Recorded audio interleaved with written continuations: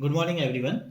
Today, I will be discussing an important topic, uh, which is the drug acting on HIV, and this is from the latest guideline, uh, which has come into 2021 national guideline from HIV, NACO, and from the WHO guideline also.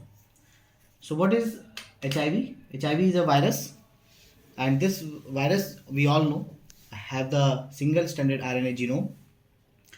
And this virus, why it is called retrovirus? Because it is a lentivirus which is a family of retrovirus. So that's why we have the drug which is acting against this virus, and this is called antiretroviral agents. So what we will be discussing in today's discussion is the first line ART, which I will be showing you according to latest guideline. What are the various post exposure prophylaxis? अगर किसी को HIV infection हो जाता है तो what are the prophylaxis, post exposure prophylaxis? HIV TB co-infection and newer antiretroviral therapy which has emerged regarding fusion inhibitors, so that we will discuss later on. So human immunodeficiency virus, it's a retrovirus as I've told you, belonging to the family of Lentiviridae. Two major types are seen, HIV-1 and HIV-2. HIV-1 is the most common cause throughout the world, and HIV-2 in Western Africa and in some parts of India. So HIV-2 mainly is consigned in the Western Africa. So this is the important line. HIV virus infect two types of CD4 cells. One is the CD4 T lymphocytes and one is the CD4 macrophages. तो हमें focus करना है कि जो CD4 infected cells हैं उनको HIV infect करता है. एंड सो अब हम HIV, we can learn HIV drugs from the HIV life cycle. So this is the life cycle of the virus. Initially, this is the CD4 cells. This is the CD4 cells, and this is the HIV. Imagine this is the HIV virus. It is binding to the CD4 cells. When it is bind to the CD4 cell, so we have a target which will inhibit its binding, and that is called the fusion inhibitor. So first we have, in the first place, we have the fusion inhibitors. In the fusion inhibitors or the anti-inhibitor, we have the enfibrotide and maraviroc. In the second, we can inhibit this transcription because there is a viral RNA, which RNA will get converted into the DNA with the help of this enzyme, which is called reverse transcriptase enzyme, RT. So we have the drug for the reverse transcriptase, and we have the NRTIs and various NNRTIs. Then this viral DNA integrate into the genome of the host DNA. This is the host DNA.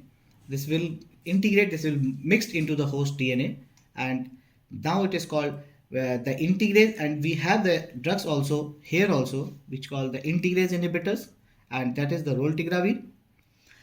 And the virus further migrate outside. When it come outside, then again it matures, and there we have the drug which is known as the protease inhibitor. So we have the four basically types of drugs for acting on different sites. These are the fusion inhibitors, reverse transcriptase inhibitors, integrase inhibitors, and protease inhibitors. Now come to this diagram. This diagram is important because this is showing the CD4 cell having the two types of co-receptors. So these co-receptors are very important. We will see to it later on also. So two types of co-receptor हैं, CCR5 and CXCR4. So HIV virus when bind to any one of these type of co-receptors, then it again then enters into the CD4 cell. So we have the drug which specifically bind to the CCR5 co-receptor, and that is called maraviroc. Why it is important? Because in those patients who have the CCR5 co-receptors, in that only the maraviroc will act, not in the CXCR4 subtype. So you have to remember this thing. So CCR5 is present on macrophage lineage cell, where CCR5 is present, where the macrophage CD4 cells are there, वहाँ CCR5 होता है, and T lymphocytes पे CXCR4 होता है. So this you have to co-receptors. ये co-receptors हैं CCR5 and CXCR4. co-receptors किसके हैं? ये CD4 cells के co-receptor हैं CCR5 and CXCR4. Okay, this is the all the drugs which are currently there in antiretroviral therapy. So we have the nucleoside reverse transcriptase, non-nucleoside reverse transcriptase, protease inhibitors, integrase inhibitors, non-nucleotide reverse transcriptase, only one, tenofovir. And these three drugs, these three in the last, these are the new drugs. So you please remember these three drugs, which is the fusion inhibitor enfiviritide, CCR5, I have told you, maraviroc, and one is the monoclonal antibody recently have came into the market, and it is FDA approved, and it is post-attachment maturation inhibitor ibalizumab. It's the only monoclonal antibody which has been approved. Now, what are the goals when we initiate the ART?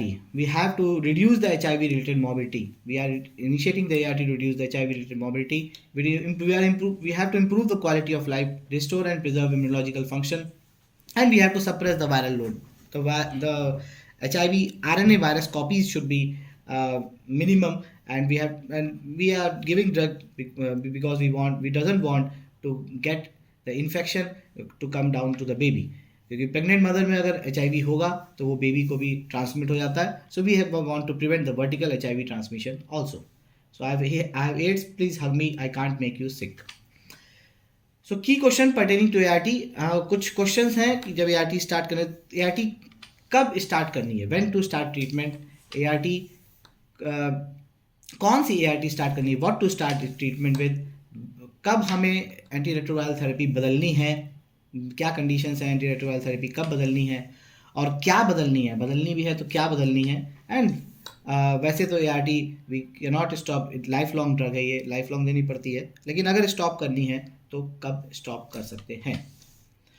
तो first question is when to initiate treatment, कब treatment initiate करना है. तो इसके लिए different guidelines आई, with years guidelines change होती रही. तो CD4 कट ऑफ पॉइंट्स देखा गया उनके लिए. तो 1995 टू 2005 में CD4 सेल्स कहते थे कि लेस देन 200 सेल्स अगर हैं तो we can start the ART. But 2005 में फिर से चेंजेस आए, कहने लगे कि CD4 सेल्स अगर less than 350, CD4 cells is the immune cells, अगर इम्यून सेल्स लेस देन 350 अगर हो रहे हैं तब स्टार्ट करिए ART, तो ज़्यादा अच्छा रिजल्ट आएगा. फिर 2010-13 में CD4 सेल्स तो लेस देन 350 रहा. फिर उसके बाद 2015 में लेस देन 500 कहा गया कि लेस देन 500 CD4 सेल्स हैं. बट रिसेंटली 2017 में फिर चेंजेस आए और वो कहते हैं कि ट्रीट ऑल द पेशेंट, जितना भी CD4 काउंट्स हो उससे मैटर नहीं करेगा. अगर पेशेंट डायग्नोज्ड है with HIV, so you have to treat all the patient regardless of clinical stage और HIV और CD4 काउंट. क्या स्टार्ट करना है, what to start with. So एक फर्स्ट लाइन रिजीम है, वो सबसे पहले स्टार्ट करनी है. तो प्रिफर्ड फर्स्ट लाइन रिजीम, ये कॉम्बिनेशन आता है, ये 3 ड्रग का कॉम्बिनेशन और ये 3 ड्रग कॉम्बिनेशन बोला गया है. 3 ड्रग कॉम्बिनेशन देना चाहिए, is the best treatment. And ये 3 ड्रग कॉम्बिनेशन आता है पिल्स में, वन पिल में तीनों ड्रग होती हैं. और कॉम्बिनेशंस को भी हम आराम से याद कर सकते हैं, it's not a problem. Just you have to remember one mnemonic, and that is the limited. L is for lamivudine. L is for lamivudine. Lamivudine 3T is denoted by 3TC. So this is the lamivudine 300 milligram. T is for tenofovir. This is the tenofovir 300 milligram plus dolutegravir. Dolutegravir DTG 50 milligram. So please remember one more thing कि अब जो regime आता है उसको हम कहते हैं dolutegravir based regimen. This is called dolutegravir based regimen because dolutegravir एक इंपॉर्टेंट ड्रग है, इंटीग्रेज इनहिबिटर है और ये अच्छा रिस्पॉन्स करती है. जैसे हम टीबी में मैंने बताया था लास्ट लेक्चर में, please go through my last lecture, वहाँ उसमें ATT का बहुत अच्छा डिस्क्राइब किया गया है कि रीसेंट गाइडलाइंस क्या है ATT की. जैसे टीबी में बताया था कि टीबी में बेडाक्विलिन बेस्ड रेजीम होता है, वैसे यहाँ पे भी एक रेजीम आया है डोलूटिग्रावीर बेस्ड रेजीम. तो प्लीज़ रिमेंबर डोलूटिग्रावीर बेस्ड रेजीम. क्यों डोलूटिग्रावीर को इतना मैं फोकस कर रहा हूँ, क्यों गाइडलाइन फोकस कर रही है इतना डोलूटिग्रावीर को, बिकॉज डोलूटिग्रावीर से देखा गया it's causing rapid viral suppression. Viral suppression बहुत अच्छा कर रहा है ये. फीवर टॉक्सिसिटीज कम है अगर डोलूटिग्रावीर से दे रहा है, साइड इफेक्ट्स कम है क्योंकि लाइफ लॉन्ग ड्रग देनी है, साइड इफेक्ट भी कम होने चाहिए. मिनिमल ड्रग इंटरेक्शंस है, high genetic barrier. So these are the pros for the dolutegravir. सो इसीलिए डोलूटिग्रावीर को कॉमन अब डोलूटिग्रावीर बेस्ड रेजीम यूज़ किया जाता है. सो एक चीज पढ़ते हैं 2016 में जो थी गाइडलाइन, उसमें ये था कि लेट से निमोनिक था। फर्स्ट लाइन रेजीम जो था वो लेट था। लेट मतलब लेमिबुडिन। और फिर 2021 में ये एल तो सेम रहा, ये टी जो है वो भी सेम रहा। टी इज फॉर टीनोफोबिर, लेकिन ई को चेंज कर दिया गया विद डी से, dolutegravir. So let is now change to LTD, limited. So in 2021, this was the changes. Dolutegravir is now currently used in place of efavirenz. Okay. Now, if the patient is not responding to first line regime, then there are other regimen also. Alternative first line regimen is there. You can easily go through this chart if you want the alternative first line regime. So these are the alternative first line regime in patient less than 30 kg, or in patient who is having the altered renal profile, serum creatinine value high, rifampicin containing ATT regime, women of childbearing potential. So these are the alternative first line regime you can easily go through. When to change, कब change करना है? तो change का reason ये है कि अगर पुरानी थेरेपी से फेलियर हो रहा है, then only we have to change it. And failure कितने टाइप के होते हैं? There are 3 types of failure. One is the virological failure, one is the immunological failure, and one is the clinical failure. Virological failure में कहते हैं कि viral load greater than equal to 1000 copies तब भी present हैं अगर 6 month treatment होने के बाद भी अगर वायरल लोड नहीं सप्रेस हो रहा है. This is called virological failure. Immunological failure, I told you CD4 cells is the immune cells, and अगर CD4 cell count below 100 sales पर नहीं बढ़ रहा है, इम्यून सेल्स हमारी नहीं बढ़ रही है एंटीवायरल ट्रीटमेंट से, this is called immunological failure. And the third is the clinical failure. Clinical event is also still there, severe immunodeficiency after 6 months of effective treatment. So this is the clinical failure. So this type के अगर failures हैं, then we have to definitely switch over to another antiretroviral, another regime of antiretroviral therapy. So this diagram is showing the deteriorating the clinical status. The viral load is still increasing. CD4 count is not increasing. It is still in the decreasing trend. So this is the treatment failure, clinical failure, and immunological failure. Okay. What to change to, क्या हम कौन सी दूसरी regime दे सकते हैं? So this is the if the first line treatment is failed, this is the tenofovir. TDF is the tenofovir, and this is the lamivudine, and this is the dolutegravir. Limited, I told you. If this has failed, then if hemoglobin is greater than equal to 9 gram per DL, then you can switch over to these 3 drugs, zidovudine and lamivudine and atazanavir or ritonavir. Okay, and with hemoglobin less than 9 gram per DL, then dolutegravir can be given BD plus atazanavir or ritonavir plus existing NRTI backbone. So this is the recommended regime if the failing first line ART. So you can take the note of this also. If first line ART is failed, then what you have to give? So एक first line ART तो आपको याद रखनी है, and if possible you can remember this also, but if not possible then it's okay. तो first line ART limited है, that you have to remember. When to stop? I told you stop तो कभी नहीं करना है. ART should never be stopped. अगर कोई patient का कंप्लायंस नहीं सही है, to reduce long term toxicity for immunological reasons है, सैल्वेज थेरेपी, और पेशेंट नहीं लेना चाहता है, जब patient request, then it can be stop, but otherwise it can not be stop. This is the important part, because अगर HIV होता है तो TB हो ही जाता है, because HIV is a immunosuppressive condition, and immunosuppression में TB फ्लेयर अप करता है. तो HIV TB को इन्फेक्शन अगर है तो क्या उसकी गाइडलाइन है? गाइडलाइन ये है, कहती है कि ART तुरंत से तुरंत स्टार्ट कीजिए. ART should be started as soon as possible. Anti retroviral therapy HIV की ड्रग तुरंत स्टार्ट करनी है, विद इन 2 वीक्स, 2 वीक्स के अंदर स्टार्ट करनी है, रिगार्डलेस ऑफ CD4 काउंट. लेकिन TB मेनिंजाइटिस है तो हम एटलीस्ट 4 वीक का डिले कर सकते हैं, and initiated within 8 week after treatment. TB meningitis में थोड़ा डिफरेंट है, 4 वीक का डिले कर सकते हैं, बट ऐसे नॉर्मली TB अगर कोई और है, पल्मोनरी TB हो चाहे एब्डोमिनल TB हो, तो उसके लिए हम ART को स्टार्ट करना है as soon as possibly within 2 weeks of initiating TB treatment. Okay, तो इनिशियली पहले TB का ट्रीटमेंट स्टार्ट करना है, देन HIV का ट्रीटमेंट स्टार्ट करना है. ठीक है. तो ये ड्रग्स हैं, सेम ड्रग है, कोई इसमें डिफरेंस नहीं है, लिमिटेड ड्रग है. This is lamivudine, this is tenofovir and this is dolutegravir. This is the short form, इसलिए शॉर्ट फॉर्म लिखा गया है. 300 मिलीग्राम, 300 मिलीग्राम, 50 मिलीग्राम. लेकिन अगर टीबी का इन्फेक्शन है तो इसमें एक चीज़ और ऐड हुई है कि डोलोटिग्रावीर को 50 मिलीग्राम इन द मॉर्निंग भी देना है. वैसे तो ये बेड टाइम दिया जाता है, पूरा पूरा ये एफडीसी आती है, फिक्स डोज कॉम्बिनेशन आती है, लेकिन डोलोटिग्रावीर अलग से इन द मॉर्निंग देना है जब तक टीबी का ट्रीटमेंट में रिफैम्पिसिन है. एटीटी में ये प्रीवियस लेक्चर में आप please go through that lecture. Previous lecture में जो आरएनटीसीपी का लेक्चर है उसमें जो not RNTCP now it is NTEP, तो उसमें बताया है कि अगर फर्स्ट लाइन रिजीम जो है, जो उसमें ड्रग सेंसिटिव टीबी है, उसमें 2 HRZE and 4 HRE. H is the isoniazide, R is the rifampicin, Z is the pyrazinamide, and E is the ethambutol. Like here also we are using the short form na, say 4 months के लिए isoniazide, rifampicin and ethambutol daily regime. This is the first line made ART regime. Management of HIV TB co-infections is the whole chart. Difference in case of different scenario. If you want to go through, you can go through this also. Post exposure prophylaxis is very important post exposure prophylaxis, because we as a people working as a healthcare professional, we must know the post exposure prophylaxis. What are the drugs available, what should be given in the post exposure prophylaxis, we should know, because it's important for our life also. So this is the route where how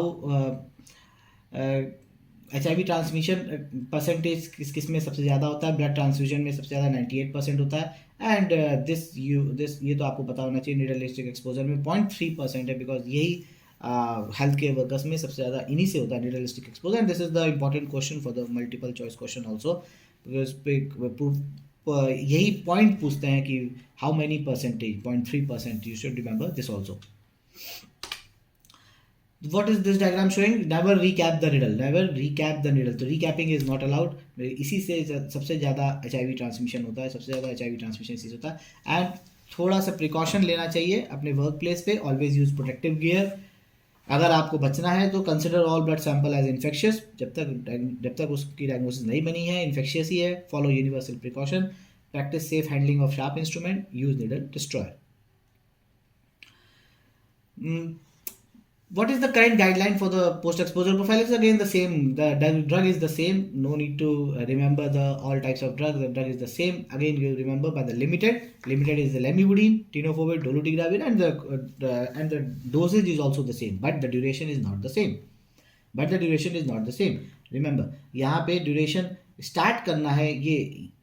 It should be PEP should be started immediately within 2 hours. 2 घंटे के अंदर start हो जाना चाहिए. और 72 hours के अंदर तो स्टार्ट हो ही जाना चाहिए पोस्ट एक्सपोजर प्रोफाइलेक्सिस. और कितने दिन तक देना है? 28 डेज के लिए देना है बस. लाइफ लॉन्ग नहीं है ये है सिर्फ 28 डेज के लिए. And this are the drugs. और अगर ये से कुछ कॉन्ट्राइंडिकेशन है, कुछ और प्रॉब्लम है, तो अल्टरनेटिव रिजीम ये है. टिनोफोविर, लेमिबुडिन एंड डोलोटिग्राविर की जगह लोपिनाविर और रिटोनाविर, और टिनोफोविर, लेमिबुडिन, इफाविरेंस का भी कॉम्बिनेशन आता है. तो ये है. But the preferred is the limited. Again the preferred तो याद रखना ही आपको. Limited is this always come in your exam. what is the preferred regimen and how many days for 28 days, and for how we can start within 2 hours. Now come to the newer drugs. What are the various, last topic is the new drug. What are the various new drugs what we have? So this is the virus. This is the HIV virus. HIV virus is having the 2 types of protein, envelope protein, which is the GP41 and GP120. And this is the CD4 cells, our host cells, which is which is coming to get infected by HIV virus. So in the CD4 cell, I told you there are 2 type of co-receptors, CCR5 and CXCR4. So it can bind to the any one type of receptor, CCR5 or CXCR4, and enters into the CD4 cells. So this envelope protein is responsible for the attaching part and enters into the cells.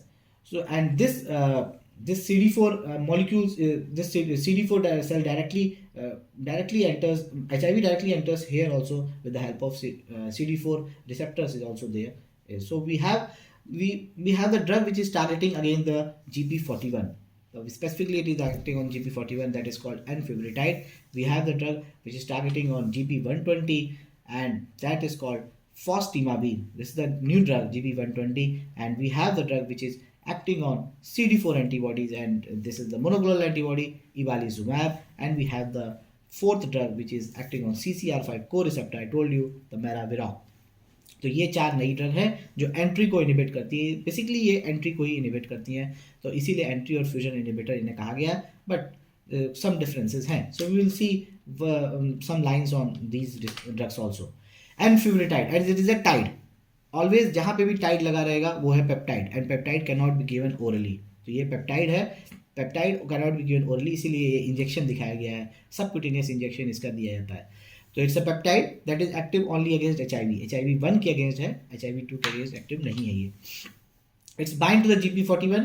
पहले diagram में देख लिया हमने, GP41 पे bind करता है, blocks the entry of HIV-1 into the cells. Half life is 3.8 hours, have to be given subcutaneous injection only. सिर्फ subcutaneous injection पे ही दिया जाता है. And FDA approve.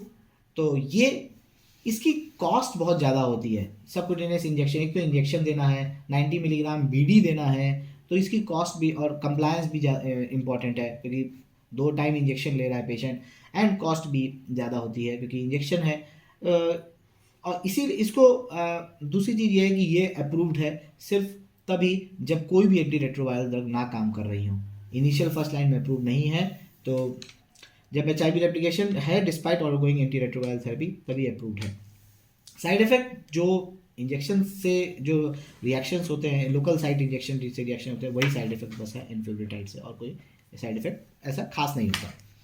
मेराविरोक डायग्राम से पता चल रहा है, मेराविरोक ओरल है, ओरल कैप्सूल, ओरल ड्रग है मेराविरोक हमारे पास. वो ब्लॉक करता है GP120 to CCR5 co receptor of CD4 cells. No activity against virus that CXCR4. I told you, बार बार कह रहा हूँ कि CXCR4 के अगेंस्ट मेराविरोक नहीं है, CCR5 के अगेंस्ट ही है बस. Please remember this line. 150 milligram BD orally है अवेलेबल, तो देते हैं. TH 14 to 18 hours, and metabolised by CYP3A4, and P glycoprotein से इफ्लक्स भी होता है. साइड इफेक्ट, इसका एक इंपॉर्टेंट साइड इफेक्ट है hepatotoxicity. This is important, this we have to take care of, because इसके लिए हमें LFT मॉनिटरिंग करनी पड़ेगी. मेराविरोक से हेपाटोटॉक्सिसिटी भी, मेराविरोक भी फर्स्ट लाइन में एजेंट अप्रूव नहीं है. ये जब कोई रेट्रोवायरल थेरेपी ना काम करे देन ओनली गिवन.